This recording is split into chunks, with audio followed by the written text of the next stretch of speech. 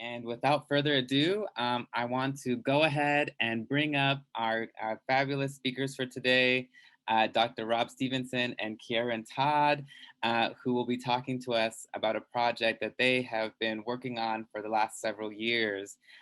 Before we get started, though, I did want to mention that our other speaker, Evonné Kaho, Executive Director of Love Me Unlimited for Life, based out of Mississippi, did have a loss in her family and will not be able to join us today. So please send your condolences and warm wishes to Evonné. We'll be sure to post a link to Love Me Unlimited for Life in the chat so that we can still support their work. But thank you, Dr. Stephenson and Kieran, for joining us.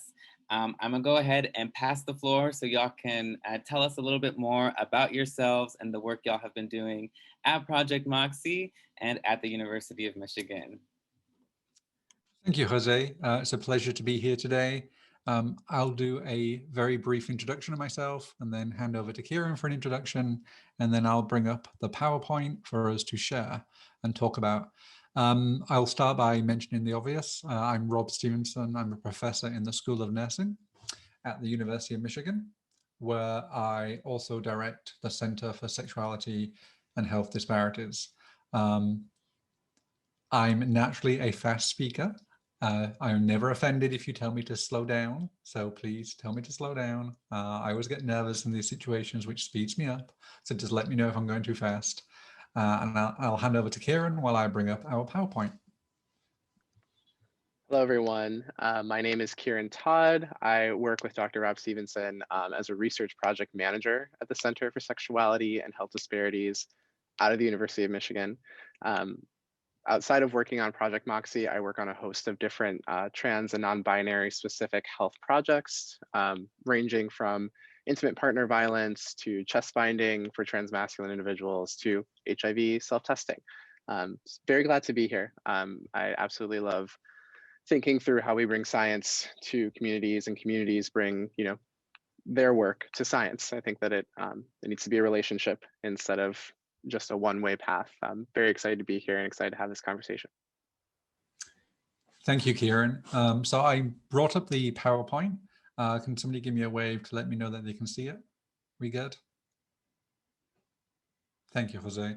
So I'm going to walk you through this today. I'm happy to share the PowerPoint with people and to follow up with any information that people may need. So I'm going to talk to you today about a project that we called Project MOXIE. And this was a relatively small study conducted over the last couple of years in which we tried to tackle a very tricky problem that many of you are aware of. And that is that many transgender and gender non-binary youth struggle to get quality HIV testing. Transgender youth and gender non-binary youth have some of the lowest rates of HIV testing and yet are a particularly vulnerable group. And so we wanted to invent a new way in which we could take HIV testing to the homes of these youth rather than expect them to surmount structural barriers and go to testing themselves. So I'm going to walk you through what we did. First of all, this is not really news to many people here, but we know that transgender and gender non-binary individuals have a higher prevalence of HIV. And in fact, CDC data from 2015 demonstrates that transgender individuals receive an HIV diagnosis at approximately 3 times the national average. I'm specifically talking about transgender individuals just because we do not have very good data at all for HIV among gender non-binary individuals. We also know that there is a high risk of HIV among youth, particularly same-sex attracted youth and sexual minority youth here. Again, using CDC data from 2015, it's estimated that around 60,000 youth were living with HIV, and around half of those did not know about their diagnosis. So what we have is the intersection of 2 risks. Excuse me. We have higher rates of HIV among transgender individuals, particularly trans feminine individuals, higher rates of HIV among same-sex attracted youth. And I know I'm mixing sexual gender minorities there, excuse me, but what we really don't know are the levels of HIV among transgender, gender non-binary young people. They're really at the confluence of two vulnerabilities. We do know several things about HIV testing. We know that among transgender and gender non-binary youth, there are very low rates of HIV testing. And I want to be really careful when I talk about this, that I'm not sounding like I'm blaming the population. Not at all. I'm actually blaming the structure around and the context in which these young people live. There are very few services that are structured or friendly for the unique needs of transgender and gender non-binary youth. And so it's not surprising that people would not want to go to them. Services throughout the US are built for people like me, white, cisgender gay men. There's a lot of services for us, but there really has not been a lot of recognition of the unique needs of other populations. We know that there are high rates of condomless sex amongst transgender and gender non-binary youth. Again, not a blaming fact, but it's just a fact. And so there's very high rates of risk transmission. There's also very high rates of substance use. And my view and the scientific understanding is that the high rates of sexual risk-taking and substance use are maladaptive coping strategies. Sorry for the interpreters. The stress response behaviors for living in context of stigma. If you're living in a context where you're constantly told you are wrong and different and othered, and then it's not surprising that that manifests itself as sexual risk and substance use. But we know that home HIV testing exists. It's been available since 2012 when the FDA approved it. You can buy an OraQuick test from Walgreens, CVS. You can buy them on Amazon. They're not inexpensive. They're around $45. But it requires a young person to have several things. They have to have the confidence to go and buy one. They need to know what it means. What does the result mean at home? They need to be linked to care.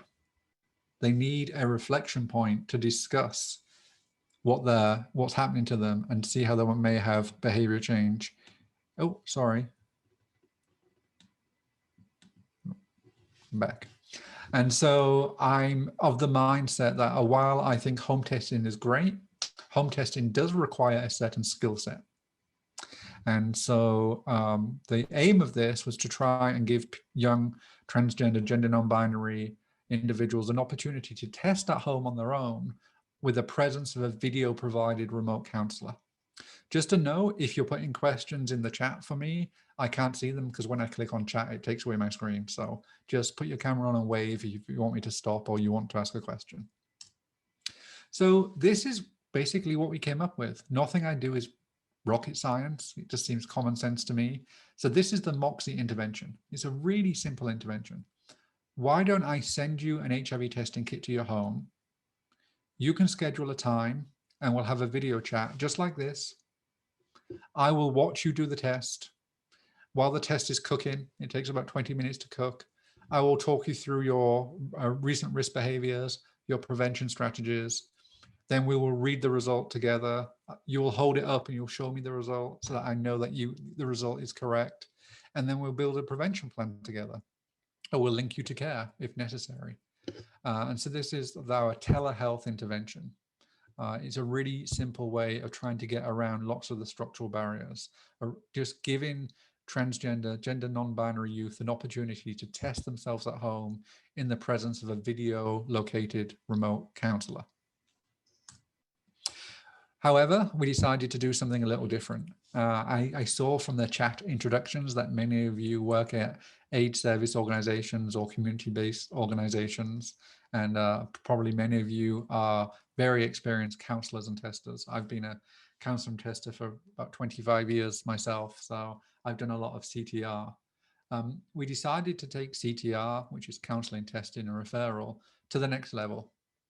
And so we enhanced it with motivational interviewing. So motivational interviewing, for those of you who might not know, is where you use reflective language to create motivation for change, where you actually build skills and you do goal setting. So rather than like in a regular CTR session where you just say, you're negative, go use condoms or use PrEP, it becomes like a confessional. In a motivational interviewing session, you would work with your client to talk about the barriers, the opportunities. You would help them build a prevention plan. You might help them role play. This is how they're going to talk to their parents. This is how they're going to talk to their doctors. You give them core skills. That's what's different about this. So this is the study design. So it was a pilot randomized control trial. And all that means is that there were two groups. There was a control group. All we gave them was an HIV testing kit. We had no human contact. We just sent them a testing kit and they were asked to log on and give their results. In the intervention, sometimes called the experimental arm, we gave them an HIV testing kit and then they had the chance to schedule a video chat session where we could watch them do the test and we could give them MI, motivational interviewing, focused counseling. So we focused on 15 to 24-year-olds. They had to be unknown or negative HIV status and not have been tested in the last 6 months.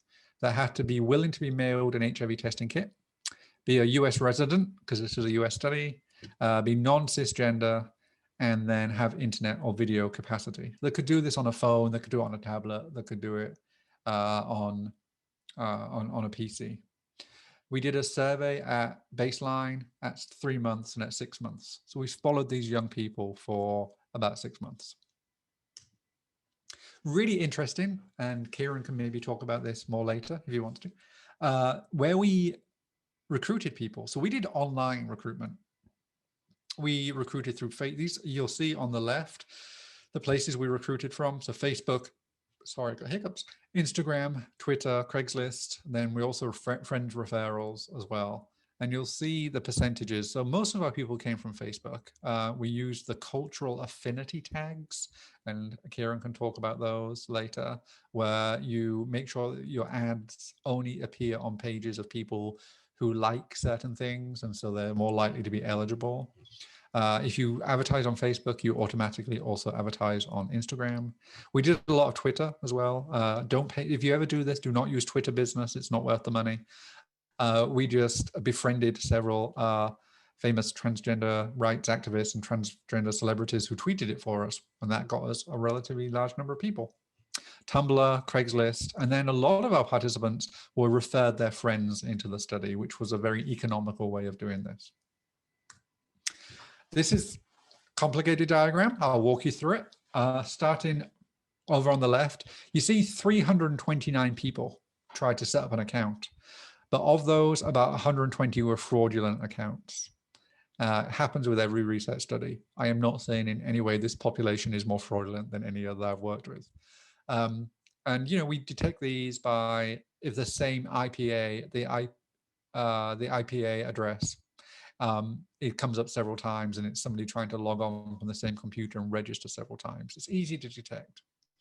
So we had 202 young people who were randomized into the study. 71 were in the control group and 131 were in the intervention group. What I want you to look at is this number here. Look at the difference. 131 people were offered the intervention. Only 62% of people did it. About half the people did not want to do a video chat session.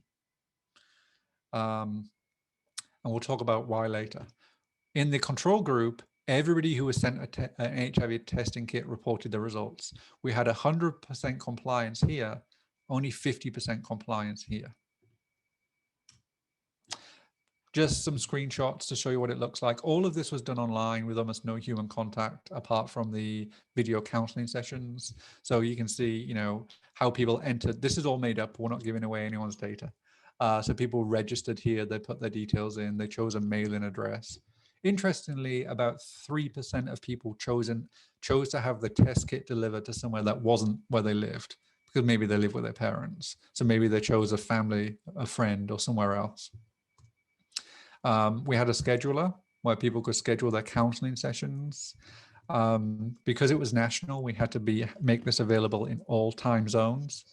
And we go with the ethos of meeting the client where they are. So no matter what time they want their counseling session, we will be there, which meant our counselors were often doing counseling sessions at midnight or 1 a.m., which is a really popular time among young people to get an HIV test, or in their cars at lunchtime. If they were on a break from school, they would sometimes do it then, which I thought was really interesting. So we used a software called VC, which is about $2,000 a year to use. Now Zoom, now COVID has taught us all how to use Zoom. If I did this again, I would use Zoom because it's HIPAA compliant. And what you did was we'd start the session. The counseling session would last about 25 minutes. Just almost the same as a regular CTR session, but it's infused with motivational interviewing. So we'd start the video session, we'd do rapport building, we'd ask them what they know about HIV. Have you heard of PrEP? Do you know how HIV is transmitted? All the regular stuff you ask. And then we do the testing. So like within the first 3 minutes, you do the test. So it's the oral rapid test. We ask them to put it behind them and not look at it. And then we do the counseling. We talk about, tell me about your testing history. What are your barriers to testing? How can we help you overcome them? Then we read the result and we make a prevention plan, or we link to care. In the control group, they got none of this. They just did their own test and then they reported the results. And this is a little hard to see here, I apologize, but they logged on to the study portal, which was password protected. And then it gave you pictures so you could understand what your result meant. As I said, only about half of the people who were offered the intervention did it, but those who did it loved it. So it's really a tale of two groups. About half the people just did not want to talk to somebody on camera. The other half really did, and they really loved us. I mean, what's not to love? We're amazing. But those who did it on camera, 98% reported that they were satisfied with the test counseling. 98% said the kit was easy to use. They said 90% said the video was just right. They were willing to, that the test was easy to interpret, that there were 98% recommended that. For me, this is the main one, that they would recommend it to somebody else. But what's interesting is half the people did not want to do this. And so we did some qualitative interviews to find out why. The answer was the same. I don't know you. I don't know who's going to be on the other side of the camera. I don't feel comfortable. And for me, it's almost like two personality types, or two experiences, two groups of people. One who think, yes, I really want to talk to a counselor and I don't want to go to a clinic. I can do this via Zoom. I can get the help and information I need. There's another group of people who said, I want the information, but I don't want to speak to somebody, just because, quite rightly, there's a lot of mistrust of the system in this population. What's interesting now is that we're about to start experimenting with another research design where we send you a kit and you have a choice. You can either have a video session or you can watch some pre-prepared videos and teach yourself. Or you can do both. I'm all about giving people choice. So to wrap this up, and I'll hand over to Kieran in a minute. I don't know how much time I used. Jose has not waved at me yet, so I'm assuming I'm okay. I think we had a lot of success building rapport and enhancing motivation among transgender, gender non-binary youth. Interestingly, there were no technical or logistical barriers to doing this. Nobody's call dropped. No one got disconnected. We had no lost kits. Technically, this is totally possible to do. What it requires, though, is understanding the needs of the population, which is central to any new service provision. And if I did this again, and I am about to do this again, as I told you, what I would do is make sure that there's choice. So I send you a testing kit to your home. You can have a video chat with a counselor, or you can watch these videos where you can learn and teach yourself. One thing I missed is that the counselors are age appropriate, and basically it's not me. Nobody wants to speak to this old person. No young person wants to speak to me and tell them, have me be their counselor. So we had peer counselors who were well trained in CTR and motivational interviewing. But people, when they did it, people loved it. That's the takeaway. I do not feel proprietary about any of this. I will share anything that anybody wants to make this happen. The manuals, the study guides, how to do this. I will tell you how to do that, because I really believe that this is something that should be widespread. I'm going to leave the slides up, if that's okay, Kieran, unless you want me to take them down, and then hand over to Kieran for a few additional comments. But thank you very much for having me here. Thanks for being able to present that, Rob. A couple of things you were mentioning I wanted to highlight around the recruitment piece. We actually found, you know, I'm conscious of who our audience is today, that thinking through the youth of color that we were able to reach, we were most successful using Craigslist, of all places. I think that, you know, in our line of work and research, we often use the social media advertising, Tumblrs, Twitter, Facebook, and Instagram, of course, but our higher proportion of participants of color came from Craigslist. And so I think that is something to think through. I think that y'all likely have you have the trust and engagement with community, where hopefully that would be already something you can establish in your communities to be able to reach these youth. Whereas we were more successful with Craigslist, and we know that we still had a pretty white population in the study. So we had 67% of the trans and non-binary youth were white. Also 30, so that left about 33% were folks of color. But you know, when you get down into like who makes up folks of color, that left maybe I think 8 to 10% were Latino or Latina or Latinx. So just something to think about, I think, when you think about implementing this for yourself. Again, I think that might look a little different for community orgs who have that trust. You know, we know that research with communities of color can be not trusted, and I think that's fair. So just something to think about. Also something that Rob was mentioning about Facebook, how we use Facebook.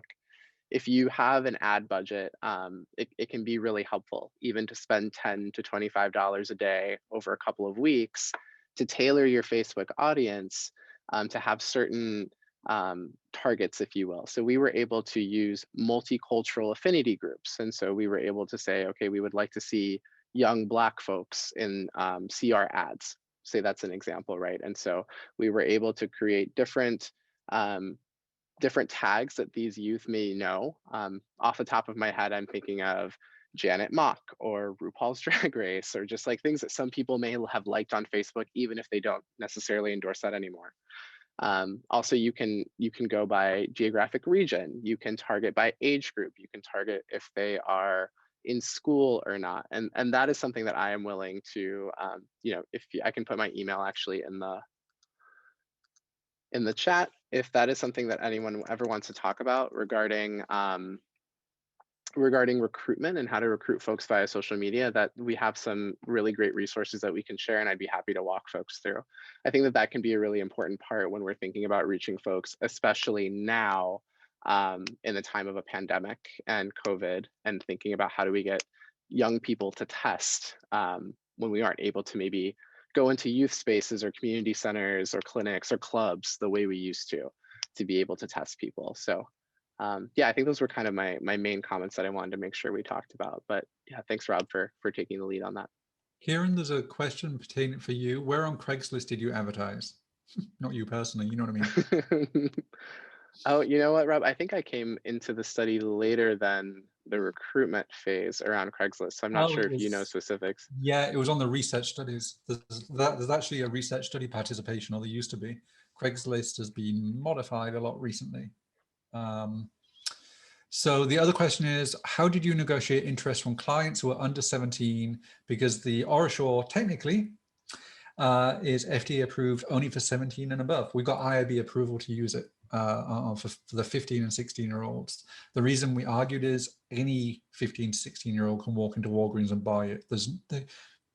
They don't ask for driver's license. They don't ask for any ID. And so it's basically standard of care. We also were able to argue with the, so the IRB, if for folks who don't know, they just make sure that we are ethical in our engagement with human participants and study participants. And so they were concerned, well, if you're, providing these services to youth, don't they need parental waivers or parental signatures? And we were able to say that that actually might be a barrier to those youth or could be dangerous.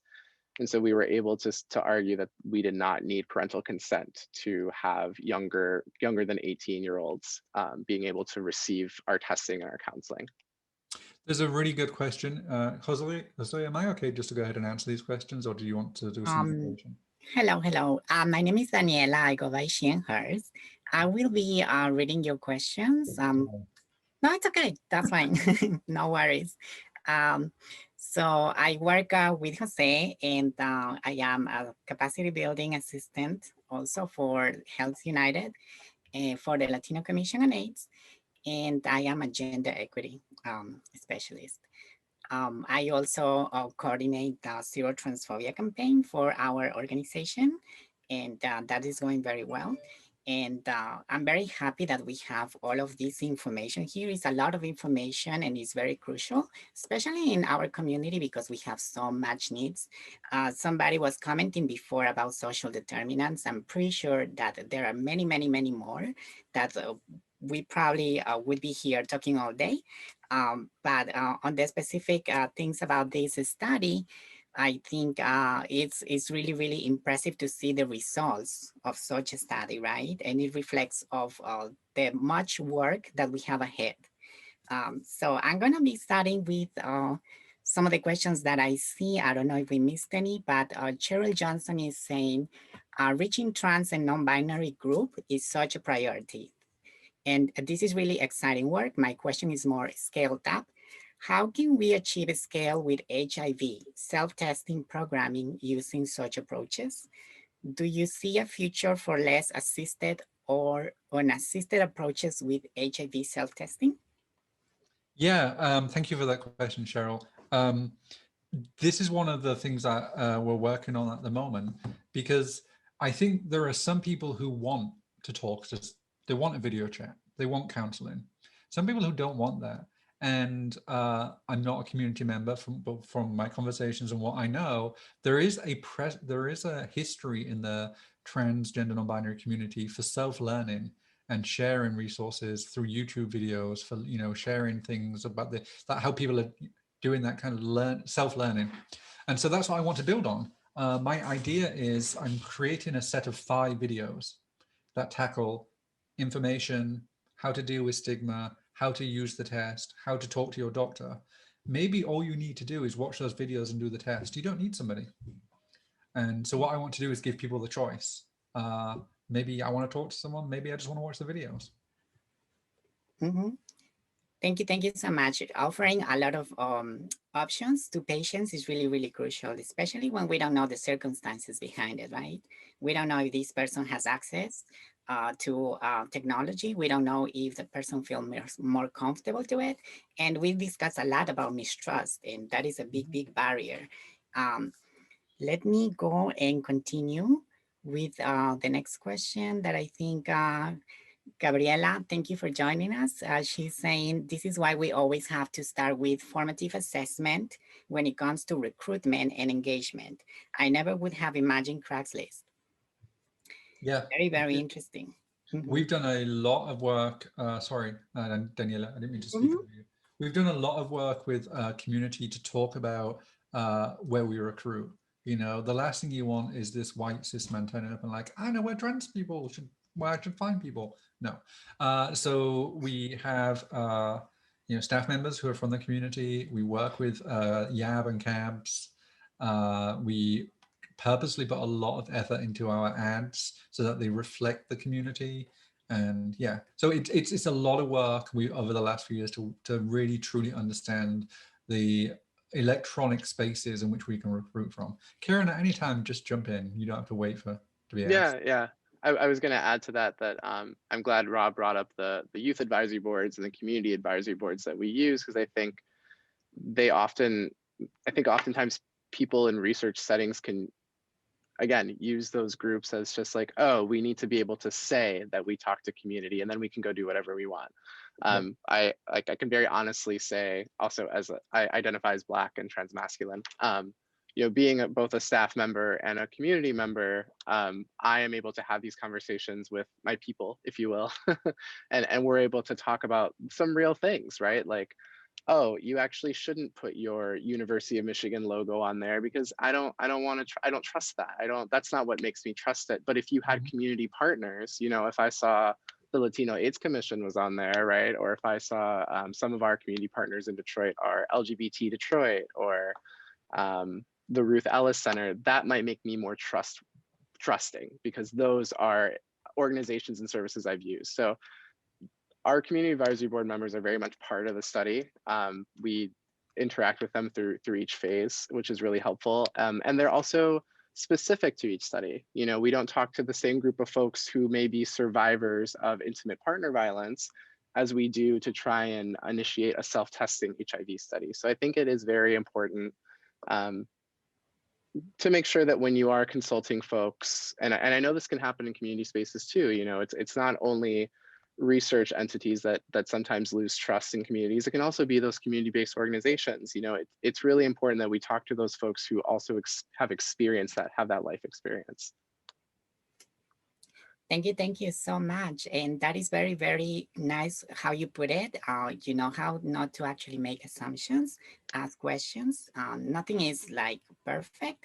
And, you know, we just keep moving. Thank you so much. Those are very beautiful things that you said. Oh yeah, Craigslist is a big one, especially it was used before for, you know, sex trade. And, you know, there was like the law changing, and, you know, nowadays people find different ways, they're still finding different ways to engage and to survival work, right? As many mentioned as well. Let's see. Were you able to collect information from this group about their income and housing status? And this is from Jean Mitchell Brabell.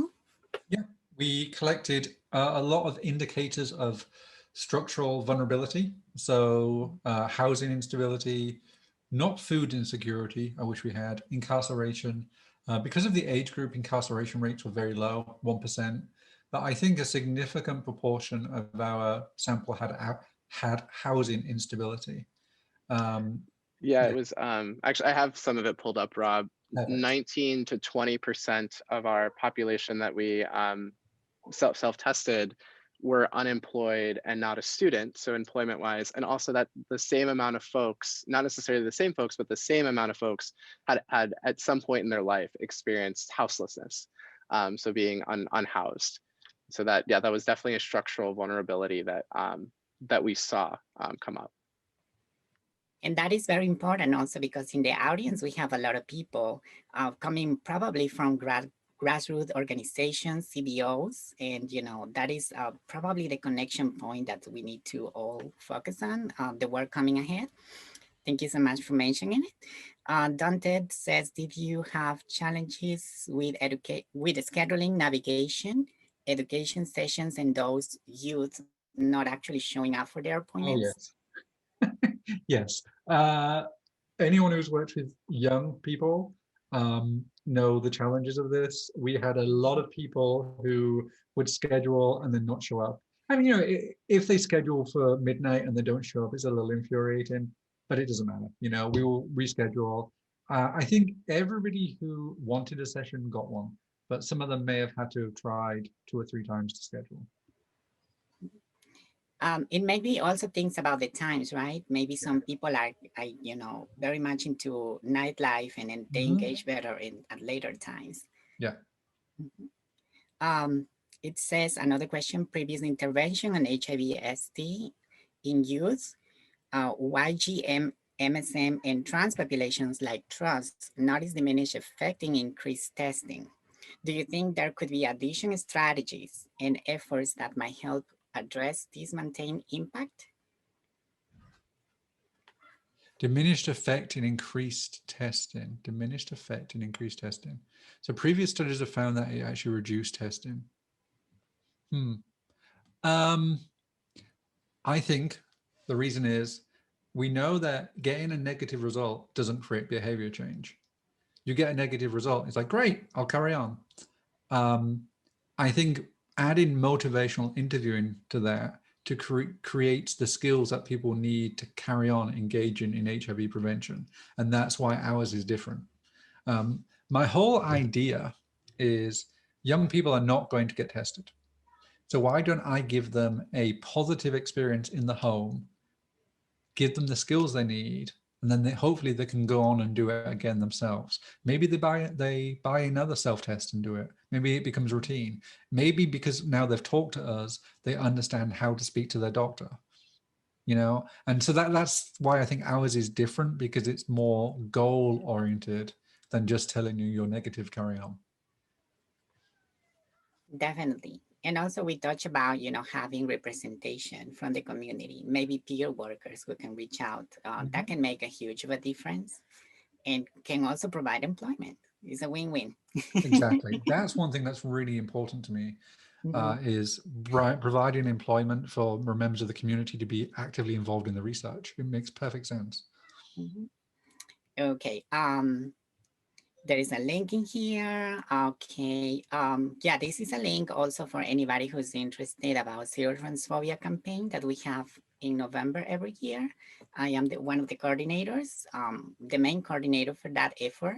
It is really, really important because it does affect a lot of services, a lot of protocols, and a lot of politics as well. So making sure that people have the visibility is really important. You have that link in there. Let me see. What about economic disenfranchisement that forces gender diverse young folks to sex work and street economy, not just coping? Very, very nice questions and very, very nice put. I don't know if anybody wants to jump in and answer. Yeah, I mean, for me, this intervention didn't tackle that, but we know that there's high rates of participation in survival sex among this population, and for me, I'm going to try not to go off on a soapbox.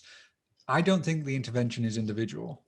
I don't think telling someone you shouldn't do that is not helpful. We need the structure around transgender people to change. So I'm actually working right now to develop structural interventions. I would really like to do something on microcredit. Actually, this is my dream. Share it with you now. I want to write a grant where the intervention is to train transgender youth to get them the skills to be Kieran, basically, to basically get jobs at institutions and be researchers. So not only are they moved out of economic vulnerability, but they're actively involved in the research for their community. I think that's the kind of intervention we need. Just doing simple HIV testing and telling people you shouldn't really be doing that, that's not helpful if someone has no other choice. Does that make sense? Yeah, definitely. Definitely. It makes sense.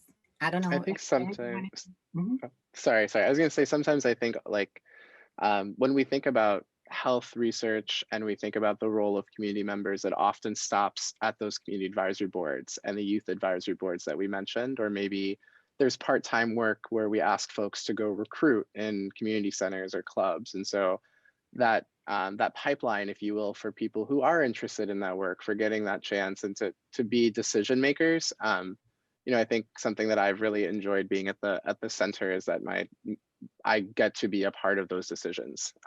It's not just for show. And so I think that there are spaces where that's not always true. And so I think it's important that when creating these programs, and if y'all were to go into your communities and adapt Moxie in some way, or use any of the principles that are helpful, I think it's always really important to know that the change makers and the people creating and implementing should look like the people you're trying to reach, which I'm likely speaking to the choir, right? And folks know this, but I think that I was writing with Dr. Stephenson for the new version of Moxie, right? Like he and I were together thinking closely about, well, what about YouTube, or what about what other ways do trans youth want to be seen? So I think it's just really important, especially when even these community-based organizations aren't always trans-led. You know, they aren't always the communities that we serve, that's not the leadership. And so it's, until that is the leadership, I think there has to be some really conscious and, you know, understandable efforts to at least acknowledge that.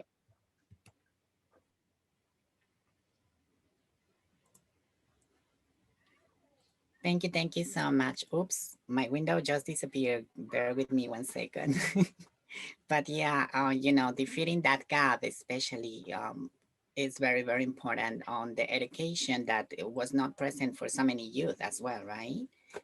This could be like a bridge, and you know, a lot of organizations can start thinking also on how to implement very good salaries, hopefully, for people, rather than just incentivizing. Let's see, hopefully we can advocate for some grants.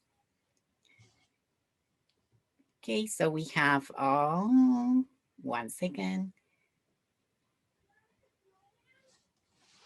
I think we have some hands raised. I don't know if Jose wants to jump in and help me with the.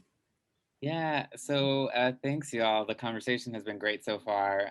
We do have some hands raised from Moses Harris and Charlie L.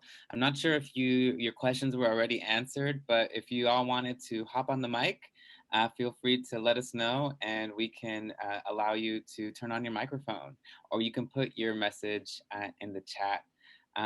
But it looks like we do have some questions on the Q&A feature. I don't know if you can see these. Daniela, we got some from Gabriela asking about history of being involved in foster care. Yeah, that was the one in the Q&A that I didn't answer. We actually didn't measure that, whether people have been, so it's an unknown. I imagine it's higher in this population. And it certainly does create a different structural barrier. There's less opportunities for privacy, to be sure, for self-testing as well. So, and several people have asked, I put my email in the inbox. I put it in a few times. It just keeps getting lost in the churn. So it's in there. Yeah. And I did actually have a couple questions myself. So something that often comes up when we're delivering capacity building services is, what database did y'all use? Like the specific database? I know you mentioned that you would have used Zoom, but were y'all using SurveyMonkey? It sounds like y'all made your own portal that people were logging into. And is that something that you recommend people use, or yeah? I see. So we used Qualtrics to program our surveys in. And so we'd send it, it generates a link that gets sent to the participant and they can do the survey, and then we automatically have it in a database. This project was funded by the National Institutes of Health. And so it had a fairly good budget. And so we spent some of that money on creating our own portal. That's actually not necessary. You can manage this just through an Excel spreadsheet with a good tracking and Zoom. You know, this doesn't have to be fancy. Awesome. And is the best way to get access to some of those videos y'all made? I know you mentioned that you would be willing to share them, just to email you directly. Is that the best way to? Okay.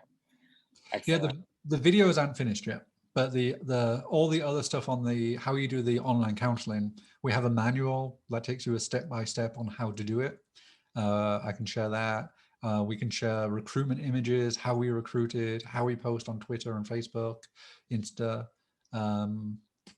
We can share our questionnaires, consent forms, the regulations around how you send a testing kit through the mail.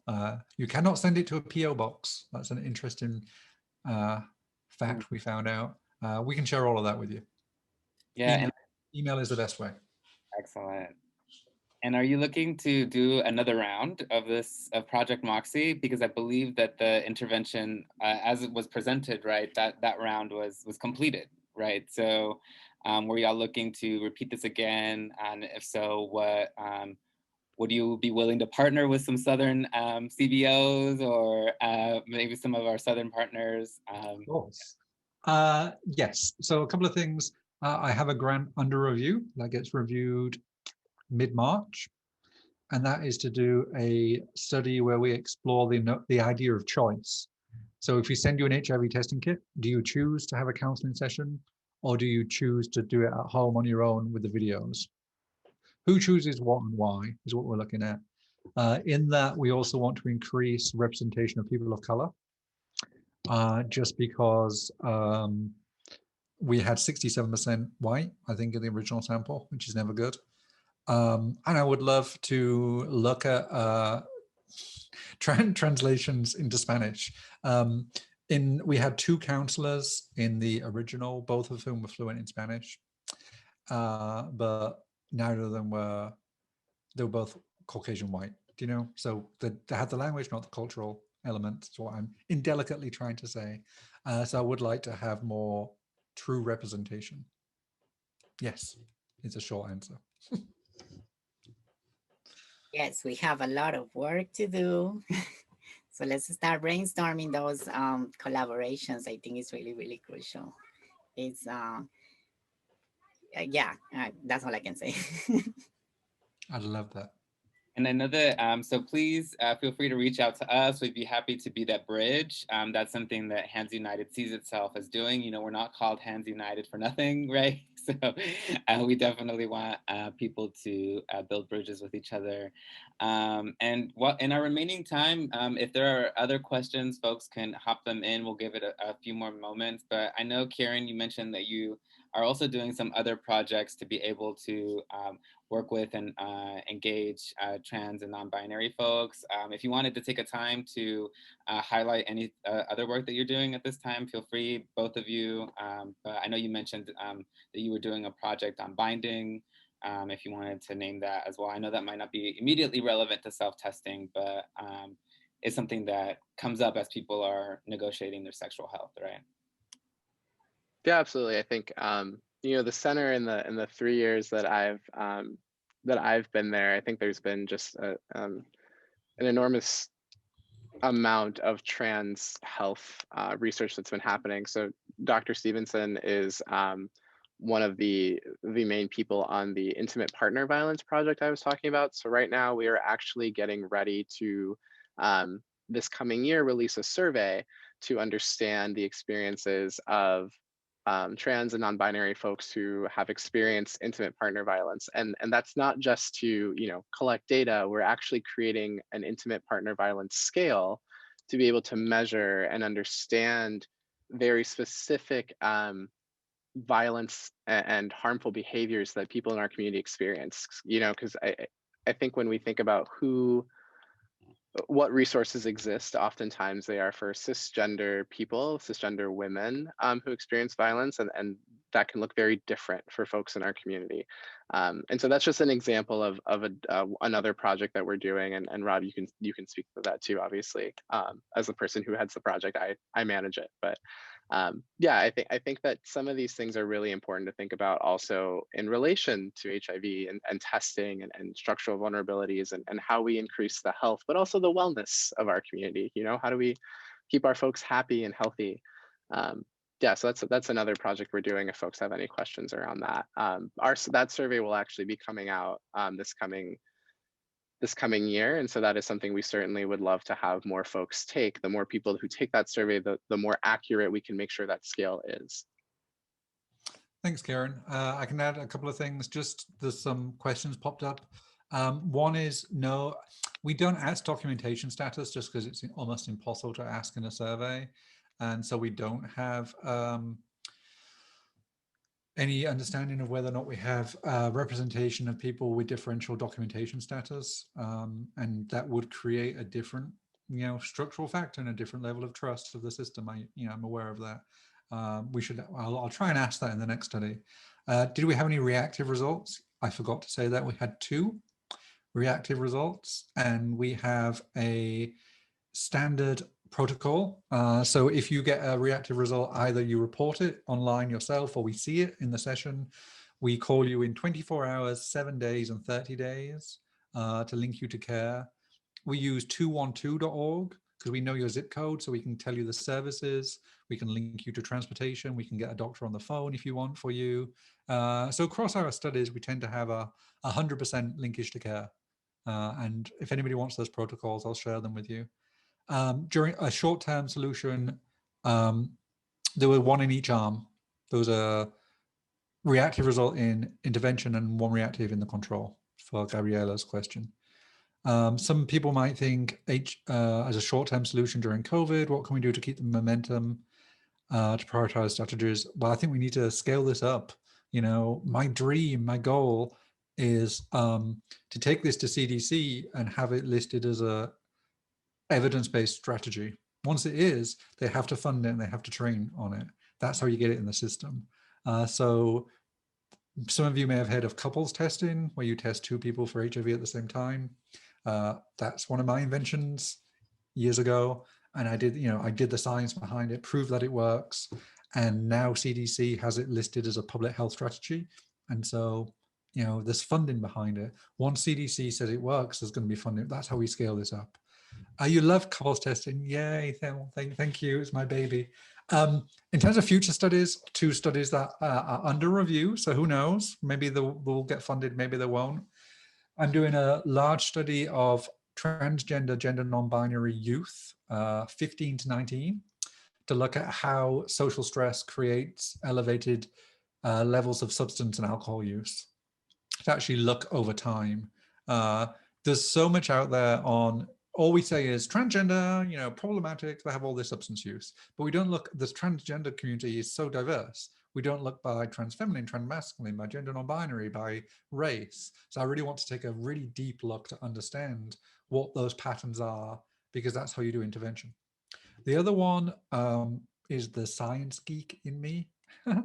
I'm just doing a study to look at epigenetic accelerated aging. What that means is, so your body ages at a certain rate chronologically. So I am 45, so my body should be 45 years old. But if you're put under a lot of stress, your body can age quicker. It's called accelerated aging. It's got all the weather in effect. I want to model that for the transgender community. And the reason I want to do that is to prove that the stigma and the stresses and all the crappy policies that surround the transgender experience create an actual biological change that is dangerous. And then if I prove that, then I can argue that we need to, this is why we need to change the system, because it has this cellular effect on health. So that's what I'm really excited. But both of those are large. Both of them will be looking for samples of about 800 to follow for about 2 years. So I'm excited. I want to do some big stuff around that.